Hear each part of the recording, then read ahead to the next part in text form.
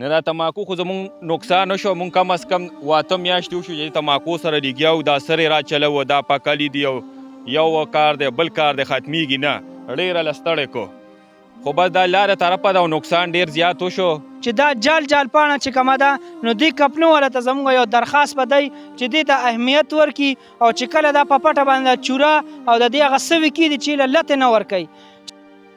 بسم الله الرحمن الرحیم. السلام علیکم دوستانو، صوابۍ ته راغلی یم.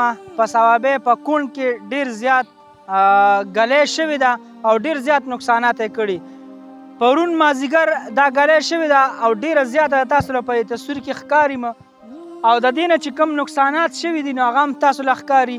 دا تماکوان چې زمینداران کري نو دوی د ډېر زیاته د دې نه توقع وي چې بی په دې باندې به مونږ کور کې ځان له څه کار کوو یا به په دې باندې مونږ زوی ته واده کوو.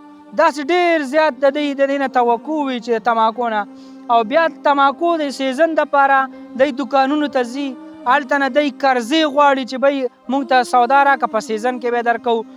بیا د تماکو دپاره چې دی کوم لرګي راوړي هغه هم په قرضو باندې راوړي چې سیزن وګرځو بیا به درکو.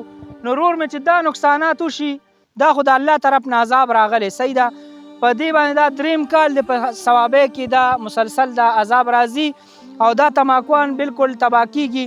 د دې حق له باندې به د ورور نه تپوس کوو چې ستاسو دا نقصانات څومره شوي دي، دا هم به درته مخامخ کوو او بیا به یې دا تپوس کوو چې دې نقصان کله مخکې شوی نو تاسو را چا امداد کړی او که نه دی کړی. السلام علیکم. سلام. بس ورورو پرون مازدیګر کې موسم له ګډ وډ شو او ناڅاپه داسې غټ غټ څاڅکې شو او ګلۍ شروع شوه. د دې مخه داسې ګلۍ راړه خو ډېره زورور کې دا ګلۍ راله او بای نقصان خو ډېر زیات وکړو. دا ستاسو ته مخامخ دي لکه د تماکوانو ته وګورئ که نه دا ټول جال شوي دي. د دې چې زمونږ کوم د ګټې پاڼې دي نه صرف د ویښ یو بټۍ ډکه شوې ده، بقایا چې کوم د منځ دی څوکې دي هغه لا پاتې دي. نه دا تماکو خو زمونږ نقصان نه شو، مونږ کم از کم 8 میاشتې وشو چې تماکو سره لګیا وو، دا سرې را چلوو، دا پکلي دي او یو کار دی بل کار دی ختمیږي نه، ډېره له ستړې کو. خو بس دا لاره طرفه ده او نقصان ډېر زیات وشو. بای لرګی چې کوم دی په 100 روپۍ من لرګی دی، تماکو چې دی په 1,00,000 روپۍ کنال خرڅېږي دی خوا که نه. نو نقصان خو ډېر زیات شو. زموږ حکومت ته دا خواست دی چې موږ سره د مدد وکړي او د غریبۍ کورونه دي بس دې تماکو ته دې فصل ته زموږ سترګې چې دا موږ له څوکې 2 پیسې نه ده زموږ ته کوره خرچې پې هم رواني او هغه چې کوم دغه دي تماکوس کم پاتې خو بس ختم شو. زموږ د ډیپوان والا ته هم دا خواست دی چې مهرباني وکړه چې دا کومې پاڼې دلته دا خصوصي نه خو ټول سوی دی که نه چوره ده او سوی دی. نو هغه یې د مونږ نه دا په ښه ریټ باندې واخلي، حکومت دې مونږ سره مدد وکړي چې کوم نقصان شوی دی او بس د نور خو مونږ څه نشو ویلی. خو دا کونډه دا علاقه دا ټولې چې کوم دي دا بالکل جال کړي دي. لکه دې تماکو ته وګوره دا 10 کناله پټۍ دی، دې نه یو بټۍ د ویښ ډکه شوې بقایا دغسې ولاړ دي، بس دا ختم شو. اوس دا ستاسو د حسابه د 1,00,000 روپو دا یو پره نقصان، دا یو پاره چې کومه ده که نه شنه باندې چې موږ نه په شنه باندې په 1,00,000 روپۍ کنال غوښتو په منت باندې او دا بای دا یو بټۍ ده دا لکه ډکه ده اوس که نه که دا پاڼې راغونډې نه شوې نه دا په پټي کې داس خان شوې نه دا اوس هغه سړی به اوس دا راغونډی چې چا سره 2 بټۍ دي 3 بټۍ دي خوشي دي او دا مال راغونډ کړي دا پکې واچوي نه 2 پیسې که څه لږې ډېرې په لاس پې راشي دا په پټي کې دا خرابې شوې او دا د دې پټي موږ له د دې یوې پارې موږ له 1,00,000 روپۍ راکولې. څو جره به تماکو مو کرل؟ یاره زمونږ کم از کم چې دی 45 کناله تماکو دي، د څه دا دي او څه بره دي که نه، خو ټول یو شی دی، ټول به دغه تس نس کړي دي، ته واچوه ته بس لخته نیسلې او سانډلې دي. نه داسې خواوشه علاقه چې دا ټوله راولئ که نه نو زه هم ټول ختم دي تماکو. نو بس مونږ حکومت ته دا و چې مهرباني وکړئ مونږ سره د لږ مدد وکړي او بای لکه د سرې د ټیم نه د جمې د وخت نه مونږ راچلیږو دې پټو کې لګیا خو چې څه ټیم زمونږ د ستومانۍ د یستو هغه ورځې رالې نو بس خدای پاک پې ګلۍ راوسته. نو بقایا بله خبره دا چې بای مثالې چې کوم دی په 15,000 روپۍ صرف دا نایټریټ ته په 15,000 یوریا د ډیپي خو د نه اغوستو خبرې هغه په 14,000 روپۍ ده. غنمو ته وګوره غنم ځان لړه ستړی کړه غنم وګټلو خدای پاک په خیر خیریت سنبال کړو اوس ریټ چې کوم دی هغه 3,000 3,500 روپۍ دی په 12,000 موږ ډیپي راوړو یوې ته وګوره ټیکټر څومره پیسې اخلي داسې مزدور هر یو څیز د اور په بیې دی.